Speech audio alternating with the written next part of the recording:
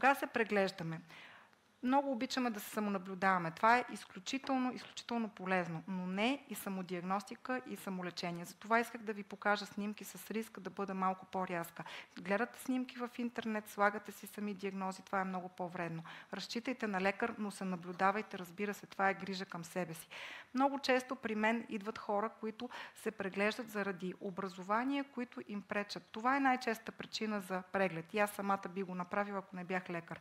Нещо, което закачам, нещо, което ни боли, нещо, което имаме от много време или ни загрозява, папиломите. Знаете, че това е много чест проблем, особено като започне да старее кожата и масово хората ходят на лекар, за да искат да ги махнат. Ако не бъдат съблечени и не бъдат огледани, може да се крие опасност някъде другаде. Също така пигментните петна, казах вече, че е нещо, на което не трябва да не обръщаме внимание.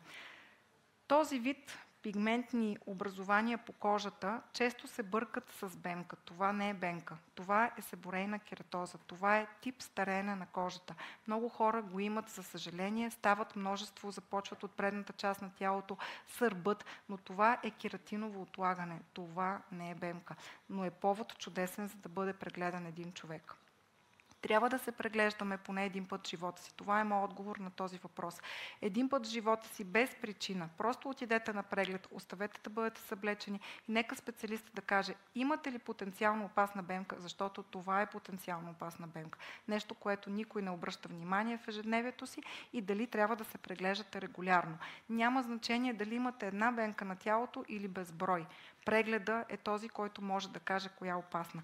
Няма значение дали сме дете или напреднала възраст. Нека бенката да бъде оценена от специалист заради подмладяването на кожните тумори. Само специалист може да направи между тези три пигментации, които изглеждат еднакво разлика, за да каже къде е тумора и къде е нещо, което може да третирате дори козметично, за да подобрите външния си вид. Следващата снимка е малко неприятна, но искам да ви покажа защо трябва да отидете на специалист. Само специалист в този гръб, осеян с старчески кератози, може да намери истинския тумор, а той е там, където е стрелката. Никога не бихме се усъмнили в ежедневието си.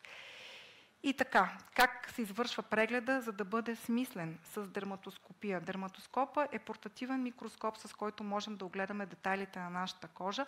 Всеки един уважаващ себе си специалист, дерматолог или онкодерматолог има приставка. Искайте си фотодокументацията. Това е изключително важно, за да може да се сравнява във времето.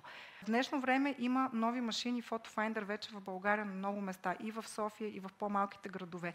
Представлява така наречения body mapping, машина, която снима цялото тяло на камера с висока резолюция, след което лекар избира конкретни образования, за да направи детайлна дерматоскопия, т.е. микроскопски контрол.